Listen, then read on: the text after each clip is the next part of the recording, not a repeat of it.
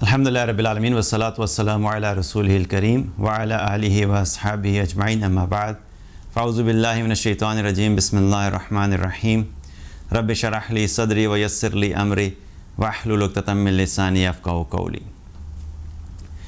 اللہ تعالیٰ نے قرآن میں فرمایا، سورہ النساء کی آیت نمبر 110 ہے، وَمَن يَعْمَلْ سُوءًا أَوْ يَظْلِمْ نَفْسَهُ ثُمَّ يَسْتَغْفِرِ اللَّهَ یجد اللہ غفور الرحیم۔ یہ آیت اللہ سبحانہ تعالیٰ کی رحمت بخشش کے اعتبار سے بڑی زبردست اور بڑی خوبصورت آیت ہے، اور اللہ سبحانہ تعالیٰ کی رحمت کے بارے میں یا اللہ کی طرف سے مغفرت کے بارے میں جب بھی ہم بات کرتے ہیں تو یہ بہت ضروری ہے کہ ہمارا کانسیپٹ جو ہے اس اعتبار سے جو ہے وہ کلیئر ہونا چاہیے۔ اللہ سبحانہ تعالیٰ اس کائنات کا خالق ہے، مالک ہے، تمام مخلوق کو پیدا کرنے والا ہے، اور اللہ سبحانہ تعالیٰ نے مختلف ادوار میں جو مختلف انبیاء آتے رہے تو ان کے اعتبار سے اللہ کی مغفرت کا جو قانون ہے وہ مختلف رہا، وہ چینج ہوتا رہا۔ جو ہم سے پہلے قومیں گزری، مختلف انبیاء آئے اور ان کی امتیں تھیں، ان میں سے کچھ کے لیے قانون مختلف تھا اور کچھ کے لیے مختلف تھا۔ بنی اسرائیل کے لیے اللہ تعالیٰ نے کیا قانون رکھا تھا کہ اگر ان میں سے کوئی شخص گناہ کر لیتا، اس نے کوئی بھی گناہ کیا، تو گناہ کر کے جب وہ گھر آتا تھا تو اس کے دروازے کے باہر اس کا گناہ جو ہے وہ لکھا ہوا ہوتا تھا، اور اس گناہ کے ساتھ اس گناہ کا کفارہ بھی لکھا ہوا ہوتا تھا کہ یہ شخص ہے، مثال کے طور پر کوئی شخص تھا جس نے شراب پی۔ اب ویسے سب کو پتہ ہے کہ یہ اچھا انسان ہے، یہ تو بڑا نیک انسان ہے، یہ تو کوئی غلط کام نہیں کرتا۔ اب اگر آج کے دور سے ہم اپنے اس سے اگر ہم اپنی اگزامپل کے طور پہ رکھیں تو کیا اس کی فیلنگ ہے، میں یہ بتانا چاہ رہا ہوں آپ کو۔ کسی شخص نے شراب پی کے آیا اور کسی کو بھی نہیں پتہ، نہ گھر والوں کو پتہ، نہ خاندان والوں کو پتہ، نہ محلے والوں کو پتہ، ان کی نظر میں وہ ایک بڑا اچھا نیک صالح انسان ہے، لیکن بہرحال کہیں پہ گیا، کسی وجہ سے اس نے شراب پی لی۔ اب واپس جب آیا تو واپس آنے کے بعد کیا ہے کہ دروازے پہ لکھا ہوا ہے کہ اس نے شراب پی ہے اور شراب پینے کے گناہ کے نتیجے میں اس کا کفارہ یہ ہے، اس کی جو ہے وہ اب اس کو یہ اس کا کفارہ دے گا۔ تو یہ بنی اسرائیل جب گناہ کرتے تھے تو یہ ان کے گناہ کے نتیجے میں جو ہے وہ ان کے لیے جو اس گناہ کی معافی کا جو طریقہ تھا وہ یہ تھا۔ اب اس میں آپ سوچیں کہ کتنی رسوائی کی بات ہے، کیونکہ گناہ کے اعتبار سے ہمیں پتہ ہونا چاہیے نا کہ گناہ جب انسان کرتا ہے تو اللہ سبحانہ تعالیٰ نے اس گناہ کا کفارہ ہر ایک کے لیے رکھا ہوا ہوتا ہے، یا وہ دنیا میں پے کر دے اور آخرت میں نجات حاصل کر لے، اور یا وہ دنیا میں نہ پے کرے اور آخرت میں جو ہے اس کے بدلے میں جو اس کو سزا ملے گی وہ اس کو بھگتے۔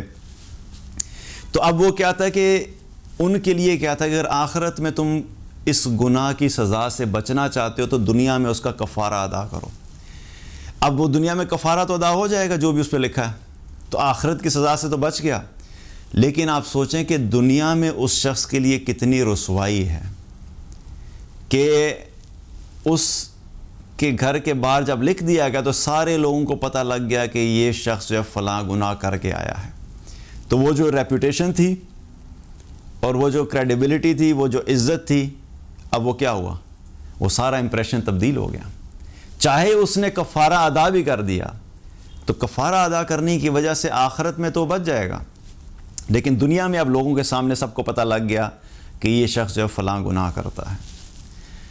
اور اسی طریقے سے اگر ان کے کپڑوں میں سے کسی کے کپڑے پہ پیشاب کی کوئی چھینٹ پڑ جائے اگر، تو اس کے لیے ان کا قیاس تھا کہ وہ کپڑا پاک نہیں ہو سکتا تھا، ان کو کپڑے کا اتنا حصہ کاٹنا پڑتا تھا، ان کو کاٹنا پڑتا تھا، ان کی پاکی یہی ہے، وہ کپڑا وہ نہیں پہن سکتے تھے۔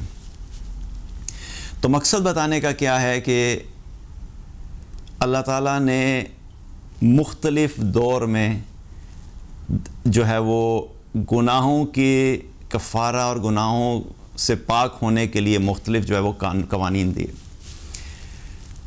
اللہ کی بڑی رحمت ہمارے ساتھ کیا ہے کہ محمد صلی اللہ علیہ وسلم کی امت میں ہونے کی وجہ سے اللہ تعالیٰ نے ہمارے لیے کتنی آسانی رکھی۔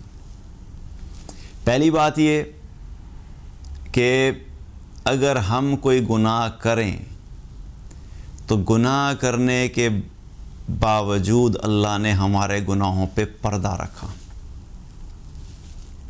الا یہ کہ کسی کا گناہ جو ہے وہ ظاہر ہو جائے یا پبلکلی پتہ لگ جائے یا پبلک کے سامنے آ جائے، اللہ نہیں گٹاتا، اللہ گناہ پہ پردہ رکھتا ہے۔ اب کوئی ایسی سچویشن ہوئی، کسی کو پتہ لگ گیا، کسی نے دیکھ لیا، کسی نے جو ہے وہ بات کر دی، کسی دوست سے بات کی، اس دوست نے فلاں کو بتا دیا، کسی بھی طریقے سے گناہ جو ہے وہ کسی اور کو پتہ لگ گیا، لیکن اللہ سبحانہ تعالیٰ خود جس طریقے سے بنی اسرائیل کے ہر بندے کے لیے قانون تھا کہ گناہ کرے گا تو اس کو پتہ لگ جائے گا سب کو، اللہ نے ہمارے پہ بڑی رحمت کی کہ اللہ نے ہمارے گناہوں پہ پردہ رکھا۔ تو یہ بہت بڑی رحمت ہے اللہ کی۔ اگر یہ ہمارے ساتھ نہ ہوتی اور ہم سب کو ایک دوسرے کے سارے گناہ پتہ لگتے جاتے تو ہم میں سے شاید کسی انسان کے نظر میں کسی دوسرے انسان کی کوئی عزت نہ ہوتی، کیونکہ کوئی انسان ایسا نہیں ہے کہ جو یہ کہے کہ مجھ سے کبھی زندگی میں کوئی گناہ نہیں ہوا۔ ہر ایک سے کسی نہ کسی وقت پہ کچھ نہ کچھ گناہ سرزد ہو جاتے ہیں، لیکن اللہ کی پہلی رحمت کیا ہے کہ اللہ تعالیٰ ہمارے گناہوں پہ پردہ رکھتا ہے۔ اور اس آیت میں بھی اللہ سبحانہ تعالیٰ نے جو ہے وہ بڑے زبردست بات ہمیں بتائی، وہ کیا ہے کہ اللہ تعالیٰ نے کیا فرمایا، وَمَن يَعْمَلْ سُوءًا أَوْ يَظْلِمْ نَفْسَهُ، دو چیزوں کا ذکر کیا کہ اگر ان میں سے کوئی شخص گناہ کر بیٹھے، اور دوسری چیز کیا ہے، یا وہ اپنے اوپر ظلم کر بیٹھے، ان دو الفاظ کو الگ الگ اللہ تعالیٰ نے مینشن کیا۔ گناہ اس میں صغیرہ گناہ بھی ہو سکتے ہیں، کبیرہ گناہ بھی ہو سکتے ہیں، وہ گناہ بھی ہو سکتے ہیں جن کا تعلق حقوق اللہ سے ہے، وہ گناہ بھی ہو سکتے ہیں جن کا تعلق حقوق العباد سے ہے، لیکن بہرحال وہ سارے کے سارے گناہ ہیں۔ اب اگر کوئی شخص ایسا ہے کہ جس نے گناہ کیا، اب یہ آیت جو ہے یہ ہمیں پتہ ہونا چاہیے کہ یہ آیت مومنین کے لیے نہیں ہے یا جو متقین ہیں ان کے لیے نہیں ہے، یہ اللہ تعالیٰ ان لوگوں کے بارے میں اب ایک ہمیں اپنی رحمت کے بارے میں بتا رہا ہے کہ جو گناہ گار ہیں، جو اللہ کی نافرمانی کر بیٹھے، چاہے جان بوجھ کے کی یا چاہے غلطی سے ہو گئی، کوئی بھی سچویشن، لیکن ہے گناہ گار۔ اللہ تعالیٰ نے کیا کہ اگر ان میں سے کوئی شخص گناہ کر بیٹھے اور دوسری چیز یا ظلم کر بیٹھے، ظلم جو ہے اس کی مختلف شکل ہو سکتی ہے، اور ظلم میں جو سب سے بڑا ظلم ہے جس کو اللہ سبحانہ تعالیٰ نے خود ظلم کہا، وہ کیا ہے، شرک۔ ان شرک لظلم عظیم، اللہ تعالیٰ نے کیا فرمایا کہ شرک بہت بڑا ظلم ہے، اور شرک ایک ایسا گناہ ہے جس کے بارے میں اللہ سبحانہ تعالیٰ نے کیا فرمایا کہ اس کو معاف نہیں کرے گا۔ ان اللہ لا یغفر ان یشرک بہ ویغفر ما دون ذلک لمن یشاء۔ اللہ تعالیٰ نے فرمایا کہ اللہ شرک کو معاف نہیں کرے گا، اور شرک کے علاوہ اگر کوئی بھی اور گناہ ہوگا تو اگر اللہ چاہے گا تو اس کو معاف کر دے گا۔ اب یہ شرک کو معاف نہیں کرے گا اس سے مراد کیا ہے، موت کے بعد معاف نہیں کرے گا۔ اگر کوئی انسان دنیا میں شرک کرتا تھا اور شرک کرتے ہوئے بغیر توبہ کے دنیا سے چلا گیا تو آخرت میں ایسے شخص کی کوئی معافی نہیں ہے۔ لیکن اگر کوئی شخص شرک کرتا ہے اور اس کو ریئلائز ہو گیا کہ میں شرک کرتا تھا، مجھ سے بڑی غلطی ہوئی، دنیا میں اگر توبہ کر دے گا تو توبہ کرنے کے اوپر اللہ تعالیٰ دنیا میں شرک کو بھی معاف کر دے گا۔ لیکن یہاں پہ جو اللہ تعالیٰ نے فرمایا قرآن کی آیت میں کہ اللہ تعالیٰ شرک کو معاف نہیں کرے گا، اس کے علاوہ جس گناہ کو چاہے گا معاف کرے گا. تو اس کا مطلب کیا ہے کہ مثال کے طور پہ اگر کوئی شخص دنیا سے شرک کرتا ہوا چلا گیا اور اس نے توبہ نہیں کی، اب اس کی معافی نہیں ہے، وہ سیدھا جہنم میں جائے گا. زیرو ٹالرنس، کوئی اللہ کی طرف سے اس میں فلیکسیبلٹی نہیں کہ شرک کرنے والے کے اوپر رحمت کر لی جائے، رحم کا معاملہ کیا جائے. اس کا ٹھکانہ جہنم ہے قانون کے اعتبار سے. لیکن مثال کے طور پہ اگر کوئی شخص ہے جو شرک نہیں کرتا تھا اور تھا وہ مسلمان، نمازیں پڑھتا تھا، لیکن بیچ میں کچھ نمازیں اس کی رہ گئیں، غفلت کی وجہ سے چھوٹ گئیں، اور جب حساب کیا گیا تو پتہ لگا جی اس کی تو اتنی نمازیں تھوڑی سی شارٹ ہیں، نوافل بھی ڈال دیے، جو سنتیں پڑھی تھی وہ بھی ڈال دیے، پھر بھی تھوڑی بہت شارٹ نکلی. تو اب کیا ہے کہ یہ گناہ ہے نماز چھوڑنا بھی. اب اگر اللہ اپنی رحمت سے چاہے تو اس کو اگر معاف کرنا چاہے تو کہہ دے ٹھیک ہے، اس کی اگر تھوڑی بہت نمازیں کم بھی ہیں تو جانے دو، اس کو معاف کر دیا گیا. ٹھیک ہے، اگر اللہ چاہے. میں پھر بار بار اگر کا لفظ اس لیے استعمال کر رہا ہوں، ہم لوگ فوراً جو کیا کرتے ہیں کہ قرآن کی آیت کے مطلب کو چینج کر کے موڑ توڑ کے اپنے لیے ایسی ایک آیت کا مطلب اور معنی بنا لیتے ہیں کہ بس ہم بخشے بخشائیں، مطلب کہ اللہ معاف کر ہی دے گا. اللہ ہمارا خالق ہے، اللہ ہماری سوچ کو بڑے اچھے طریقے سے جانتا ہے، اس لیے اللہ نے کہیں پہ بھاگنے کا کوئی راستہ نہیں دیا. اسی لیے قرآن کی جو آیت ہوتی ہے اس کا ایک ایک لفظ اگر آپ پڑھیں تو پتہ لگتا ہے کہ آپ کو تب احساس ہوتا ہے کہ جہاں بھی ہم بھاگنے کا راستہ ڈھونڈتے ہیں اپنی مرضی سے اللہ اس کو بلاک کر دیتا ہے. تو اس آیت میں بھی اللہ نے کیا لکھا؟ اللہ نے یہ بلینکٹ اپروول نہیں دیا کہ میں شرک کو معاف نہیں کروں گا، اس کے علاوہ سب کو معاف کر دوں گا. اللہ نے گارنٹی نہیں دی. اللہ نے اگر کا لفظ اس لیے رکھا تاکہ میرے بندے جو ہیں وہ کوشش کرتے رہیں کہ وہ اللہ کی نافرمانی نہ کریں، اپنا کام پورا کر کے آئیں. لیکن اگر جو ہے وہ کہیں پہ کوئی تھوڑی بہت کمی رہ گئی تو اللہ کی رحمت سے امید رکھیں کہ اللہ اگر چاہے گا تو اللہ معاف کر دے گا. تو شرک جو ہے وہ کیا ہے؟ بہت بڑا ظلم ہے. تو دو چیزیں بتائیں، گناہ کر لیا یا ظلم کیا. اب ان میں کسی قسم کی بھی کوئی چیز ہے، ان سب کے ساتھ اللہ تعالیٰ نے کہا کہ اگر یہ اس حالت میں آئیں.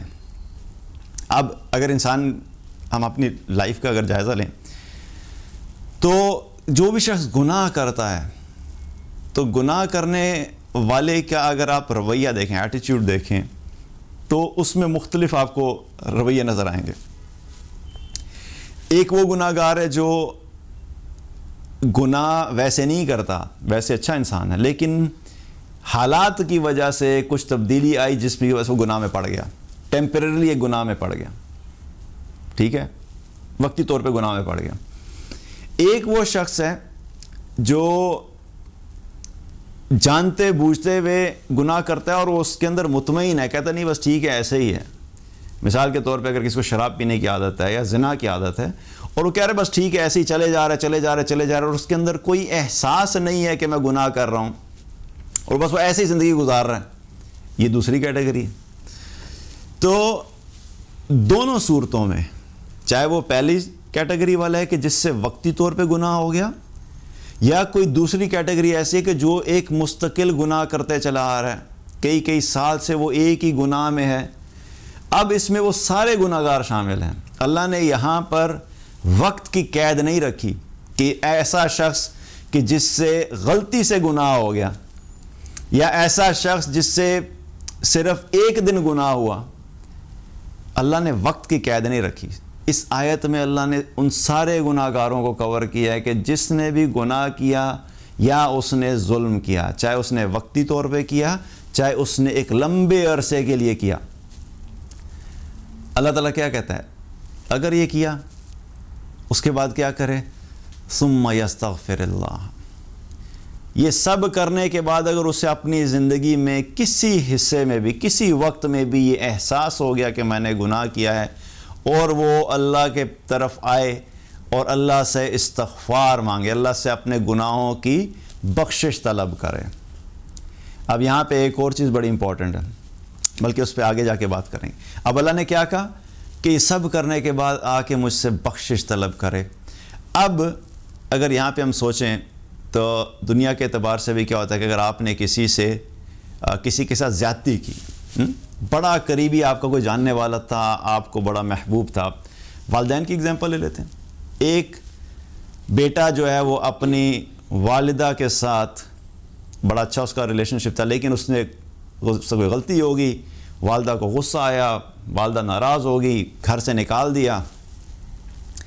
اب اس بیٹے کو احساس ہو گیا کچھ عرصے کے بعد، ہفتہ گزرا، مہینہ گزرا، اس کو احساس ہو گیا مجھ سے بڑی غلطی ہوئی ہے. تو اب اس کو اگر جا کے سمجھایا جائے کہ بھئی جاؤ جا کے تم اپنی ماں سے معافی مانگ لو، تو 2-3 ڈفرینٹ رسپانسز آ سکتے ہیں ماں کی طرف سے. ماں یہ ہو سکتا ہے کہ بھئی بیٹا ماں کے پاس معافی کے لیے جائے تو پہلی آپشن کیا ہے کہ والدہ کہے کہ میں تمہیں کبھی معاف نہیں کروں گی. اور ایسے کیسز ہیں کہ وہ والدہ ہو یا والد ہو، وہ اپنے بچے کی حرکتوں کی وجہ سے کئی دفعہ ایسا ہوتا ہے کہ اتنے تنگ آئے تو کہتے ہیں بھئی اب میں تم سے ساری زندگی بات نہیں کروں گا یا نہیں بات کروں گی.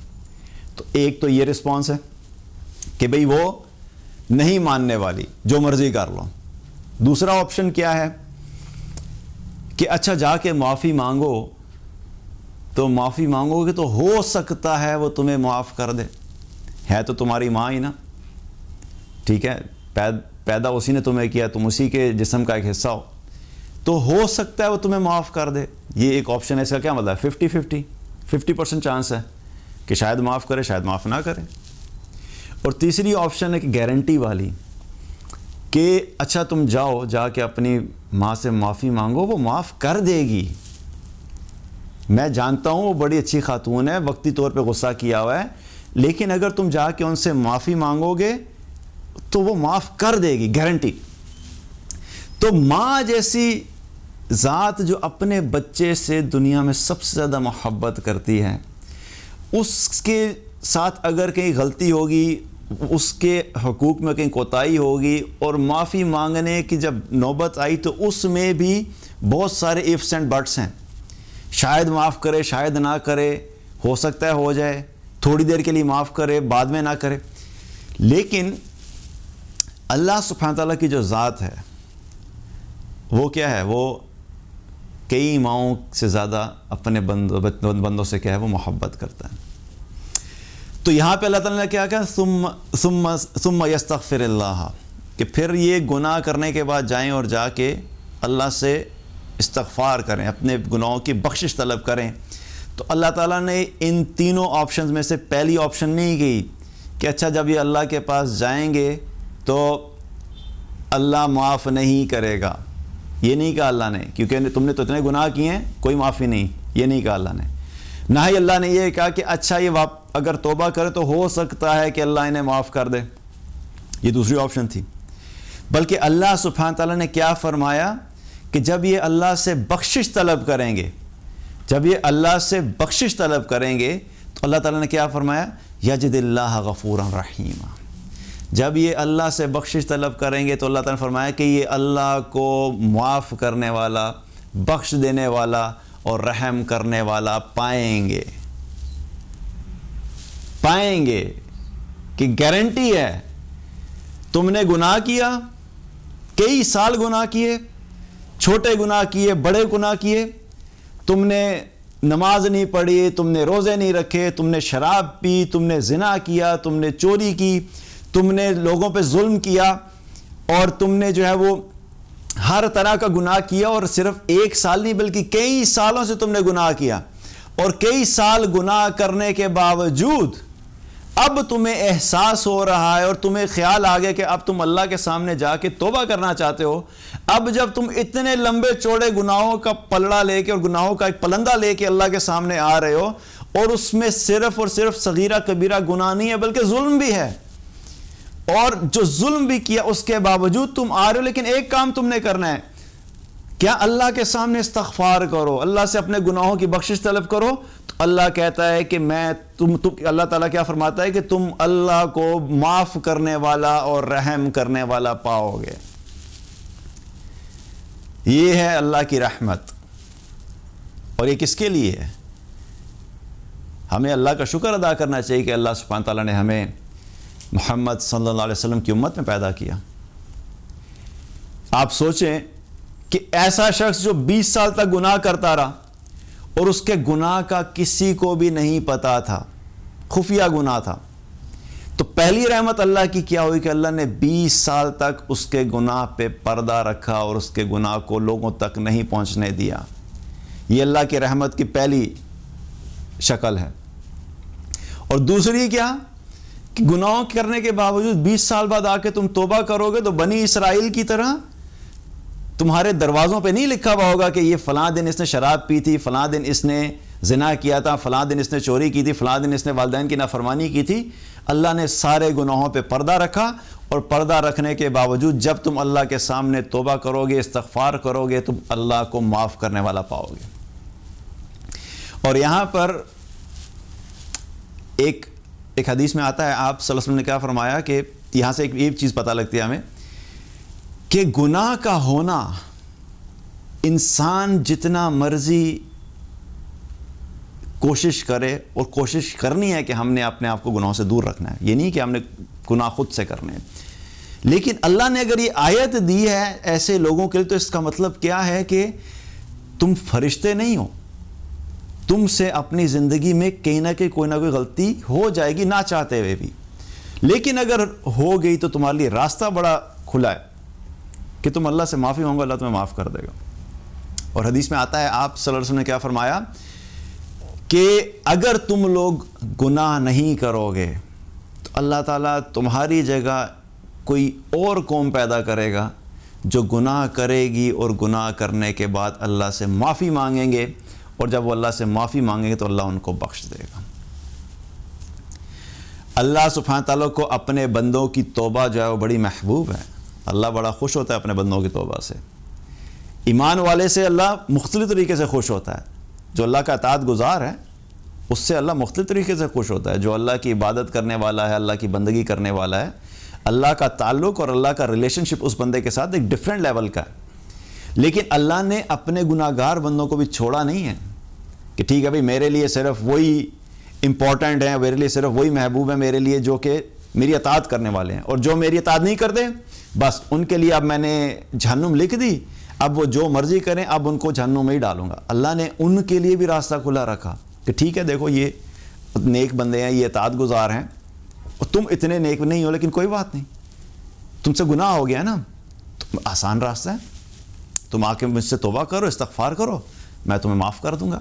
اور یہ بھی ایک چیز یاد رکھے کہ جو غفور الرحیم کا کانسیپٹ ہے نا ہمارے ہاں، کہ ہم جو سمجھتے ہیں کہ بس اب ہم ساری زندگی گناہ کرتے رہیں گے اور ہم توبہ نہیں کریں گے، اور پھر کیا کہتے ہیں اللہ غفور الرحیم ہے، ناچ گانا چل رہا ہے، جسم کی نمائش چل رہی ہے، بے حیائی میں زندگی گزر رہی ہے، اور کوئی ارادہ نہیں ہے اس گناہ سے نکلنے کا، لیکن اس گناہ میں رہتے ہوئے دل میں احساس بھی نہیں ہے کہ میں اللہ کی نافرمانی کر رہا ہوں یا کر رہی ہوں، اور اس احساس نہ ہونے کے ساتھ ساتھ اس گناہ پہ قائم ہے، اور پھر اپنے آپ کو جسٹیفیکیشن دیے جا رہے ہیں جی اللہ غفور الرحیم ہے، اللہ غفور الرحیم ہے۔ اس آیت میں بھی کیا پتہ لگ رہا ہے کہ جب اللہ نے آخر میں کہا کہ یجد اللہ غفور الرحیم، کہ اللہ کو غفور الرحیم پائیں گے، لیکن اس سے پہلے ایک شرط رکھی، کس صورت میں اللہ کو غفور الرحیم پائیں گے؟ کہ جب اللہ کے سامنے استغفار کریں گے تو تب یہ اللہ کو غفور الرحیم پائیں گے۔ یہ بڑی مسکنسیپشن ہے ہماری سوسائٹی کے اندر کہ میں گناہ کرتا رہوں گا اور میں گناہ چھوڑوں گا نہیں، لیکن اس کے باوجود اللہ غفور الرحیم ہے۔ ایک ہے اللہ کی عمومی رحمت۔ عمومی رحمت کیا ہے کہ اللہ سبحانہ تعالیٰ گناہوں کے باوجود، شرک کے باوجود، حالانکہ شرک کو اللہ نے ظلم کیا تھا، ظلم عظیم، اس کے باوجود شرک کرنے والے کے لیے بھی اللہ اس دنیا میں اس انسان کی زندگی گزارنے کے لیے جو ضروریات زندگی ہیں اللہ ان کو نہیں روکتا۔ یہ اللہ کی عمومی رحمت ہے۔ مشرک بھی کھانا کھا رہا ہے، فاسق بھی کھانا کھا رہا ہے، منافق بھی کھانا کھا رہا ہے، ملحد بھی کھانا کھا رہا ہے، جو ایتھیزم میں چلا گیا ایتھیسٹ ہے وہ بھی کھانا کھا رہا ہے، جو موحد ہے وہ بھی کھانا کھا رہا ہے، تو جو اللہ کے فرما بردار ہے وہ بھی کھا رہے ہیں، جو ایمان والا ہے وہ بھی کھانا کھا رہا ہے، جو متقی ہے وہ بھی کھانا کھا رہا ہے۔ تو انسان کے اعتبار سے اللہ نے اپنی رحمت سب کے لیے کھلی رکھی ہے کہ اللہ سبحانہ تعالیٰ انسان کے اعمال کی بنیاد کے اوپر اس کی ضروریات زندگی کا فیصلہ نہیں ہو رہا. ضروریات زندگی سب کو مل رہی ہیں, لیکن جو آخرت میں کامیابی اور ناکامی ہے اس کے لیے لازمی شرط کیا ہے؟ یا اللہ کی مغفرت کی جب ہم بات کرتے ہیں کہ اللہ غفور و رحیم ہے, مغفرت کے ساتھ جب رحمت کا تعلق ہے تو وہ اس وقت جو ہے وہ اس کا تعلق اس وقت اللہ غفور رحیم ہوتا ہے جب توبہ کی جائے. اس کا کنیکشن توبہ کے ساتھ اللہ نے جوڑا ہوا ہے. قُلْ يَا عِبَادِيَ الَّذِينَ أَسْرَفُوا عَلَىٰ أَنفُسِهِمْ لَا تَقْنَطُوا مِن رَحْمَةِ اللَّهِ إِنَّ اللَّهَ يَغْفِرُ الذُّنُوبَ جَمِيعًا إِنَّهُ هُوَ الْغَفُورُ الرَّحِيمُ. یہاں پہ بھی کیا ہے کہ اللہ تمہارے سارے گناہوں کو معاف کر دے گا, بے شک وہ بڑا معاف کرنے والا اور رحم کرنے والا ہے. لیکن اگلی آیت میں کیا فرمایا؟ وَأَنِيبُوا إِلَىٰ رَبِّكُمْ وَأَسْلِمُوا لَهُ. یہ اللہ کی مغفرت اور رحمت جو تم اپنے لیے لکھے ہوئے بیٹھے ہو نا, اس کے ساتھ جو ایک کنیکٹنگ چیز ہے وہ توبہ ہے. انابت اختیار کرو, اللہ کی طرف آؤ, اللہ کے سامنے توبہ کرو, استغفار کرو, اپنے گناہوں کو چھوڑو. جب تم یہ کرو گے تو تب تم اللہ کو غفور الرحیم پاؤ گے. اور ایک حدیث میں آتا ہے, آپ صلی اللہ علیہ وسلم نے فرمایا کہ اگر تم میں سے کسی شخص سے کوئی گناہ ہو جائے اور گناہ ہونے کے بعد وہ اچھے طریقے سے وضو کرے اور وضو کرنے کے بعد نماز 2 رکعت نماز ادا کرے اور پھر اللہ سے اپنے اس گناہ کی بخشش طلب کرے تو اللہ سبحانہ تعالیٰ اس کے گناہ کو معاف کر دیتا ہے. تو گناہ جو صغیرہ گناہ ہے وہ تو ویسے بھی بہت سارے اعمال سے معاف ہو رہے ہوتے ہیں. اللہ کی رحمت ہمارے ساتھ اس امت کے طور پہ کیا ہے؟ نماز پڑھی, ایک نماز سے دوسری نماز پڑھی, دوسری نماز پہلی نماز سے دوسری نماز کے درمیان تک جو صغیرہ گناہ ہوئے تھے کیا ہوئے؟ اللہ نے معاف کر دیے. اگلی نماز پڑھی, پچھلی نماز سے اگلی نماز تک کے سارے گناہ معاف ہو گئے. رمضان کے روزے رکھے, پچھلے رمضان سے لے کے اس رمضان تک جو گناہ ہوئے تھے وہ اللہ نے سارے معاف کر دیے. تو یہ کیا ہو رہا ہے؟ وضو کیا, وضو کے بدلے میں اللہ نے گناہ معاف کر دیے. نماز پڑھنے کے لیے تم مسجد کی طرف چلے, مسجد کی طرف جانے کی وجہ سے اللہ تعالیٰ نے تمہارے گناہوں کو معاف کر دیا. تو یہ آٹو کلیننگ جو چل رہی ہے گناہوں کی, یہ اللہ کی بہت بڑی رحمت ہے. یہ سارے صغیرہ گناہ ہمارے ایسے معاف ہو رہے ہیں. لیکن کبیرہ گناہوں کے لیے کیا ہے؟ توبہ لازمی شرط ہے. توبہ جو ہے اس کی لازمی شرط ہے. اور اگر ان گناہوں کا تعلق جو ہے وہ حقوق اللہ سے ہے تو اس صورت میں تو اللہ سبحانہ تعالیٰ سچی توبہ کرنے پہ ان گناہوں کو معاف کر دیتا ہے. اور اگر گناہوں کا تعلق حقوق العباد سے ہے تو توبہ کرنے کے اوپر اس گناہ کو تو اللہ معاف کر دیتا ہے. لیکن جس شخص کے ساتھ زیادتی کی ہے یا جس شخص کا حق مارا ہے اس کے حق کو ادا کرنا ہوگا. تو حقوق العباد کے معاملے میں اللہ نے اپنی طرف سے جو معافی ہے اس گناہ کی وہ تو معاف کر دیا, لیکن جب تک اس بندے کا حق ادا نہیں ہوگا جس کے ساتھ زیادتی کی گئی تب تک وہ گناہ معاف نہیں ہوگا. اس لیے کیا ہے, حقوق العباد کے معاملے میں ہمیں بہت زیادہ احتیاط کرنی چاہیے کہ کسی کے ساتھ ایسا معاملہ نہیں ہو کہ انسان قیامت والے دن جب پہنچے اور وہاں پہ جا کے پتہ لگے کہ بھئی میری نمازیں بھی پوری تھیں, زکوٰۃ بھی پوری ہے, روزے بھی پورے رکھے ہیں, حج بھی کیا ہوا تھا, نفلی عبادات بھی ہیں, صدقات بھی ہیں, لیکن بندوں کے معاملے میں بڑی ہی زیادتیاں کی ہوئی ہیں اور وہ سارے بندے کل قیامت والے دن انسان کے ان تمام نیک اعمال میں سے جو نیکیاں ہوں گی وہ نیکیاں لے کے ان سب لوگوں میں بانٹ دی جائیں گی جن لوگوں کے ساتھ اس نے دنیا میں رہ کے زیادتی کی تھی. کسی کا مال کھایا تھا, اب مال دنیا میں واپس ہو سکتا تھا, مرنے کے بعد قیامت والے دن مال کے بدلے میں مال نہیں ایکسیپٹ ہوگا. اب سارا جو ٹریڈ ہوگا قیامت والے دن, جو ایکسچینج ہوگا وہ اعمال کا ہوگا. اس کو تھپڑ مارا تھا, اس کی نیکیاں اٹھاؤ, نیکیاں اٹھا کے اس کو دے دو جس کو اس نے تھپڑ مارا تھا. فلاں شخص کے پیسے لیے تھے واپس نہیں کیے, اس کے نیک اعمال میں سے اٹھاؤ اور اس کو دے دو جس کا اس نے جو ہے وہ دنیا میں پیسے دینے تھے. اب دنیا میں رہتے ہوئے ہمیں اپنے نامہ اعمال کو خاص طور پہ حقوق العباد کے معاملے میں کلیئر رکھنا چاہیے, اور کیونکہ یہ پھر موت کے بعد ہماری نیکیوں سے یہ ساری چیزیں جو ہے وہ قیامت والے دن جو ہے سے جائیں گی. تو اللہ تعالیٰ سے دعا ہے کہ اللہ سبحانہ تعالیٰ ہم سب کو ایمان عطا فرمائے، تقوی عطا فرمائے، اور گناہوں سے بچنے کی توفیق عطا فرمائے۔ اور اگر زندگی میں کہیں پہ کوئی گناہ ہوئے ہیں تو اللہ سبحانہ تعالیٰ ہمیں سچی توبہ قبول کرنے کی توفیق عطا فرمائے، اللہ تعالیٰ ہمیں سچی توبہ کرنے کی توفیق عطا فرمائے، اور اللہ سبحانہ تعالیٰ ہماری توبہ کو قبول عطا فرمائے۔ بارک اللہ علیکم، السلام علیکم ورحمۃ اللہ وبرکاتہ۔